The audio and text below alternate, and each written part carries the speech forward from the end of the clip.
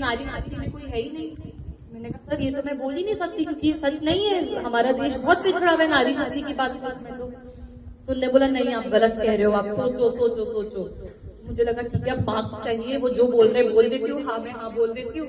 तो मैंने बोला कि हाँ सर वो वैदिक पीरियड में गार्गी करके थी, वो बहुत अच्छी थी, तो उन्होंने किताब लिखी थी। उन्होंने बोला नहीं नहीं अभी के टाइम की बात कर।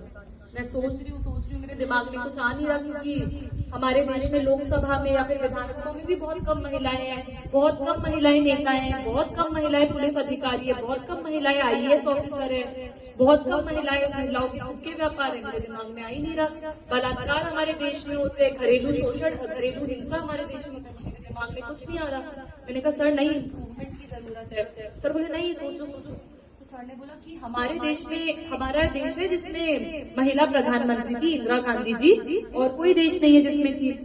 तो मैंने कहा कि सर बात तो आपकी सही है कि महिला प्रधानमंत्री थी, लेकिन सर उसके साथ एक सच्चाई ये भी है कि आज उसके बाद कभी कोई महिला प्रधानमंत्री नहीं बनी। उसके बाद हमारी कोई विधानसभा लोकसभा में बहुत कम महिलाएं हैं। वर्ल्ड में अगर कंपैरिजन करें तो खाली 13 या 14% है, जो कि बहुत कम है।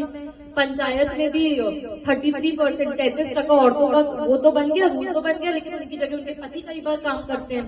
तो मैंने कहा सर वो भी सच है। तो ऐसे करके खूब देर बहस चलती रही हमारे बीच में। बहस नहीं थी, आर्ग्यूमेंट नहीं था, लेकिन मैं आराम से जवाब देती थी, वो मुझसे सवाल पूछ रहे थे।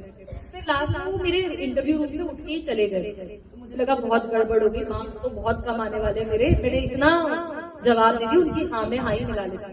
और अंत में ये हुआ कि मेरे इंटरव्यू में सबसे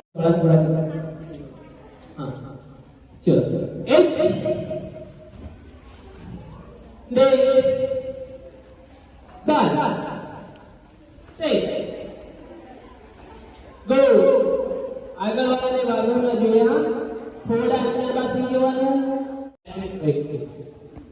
થોડા આગળ 10 minute okay change H then say go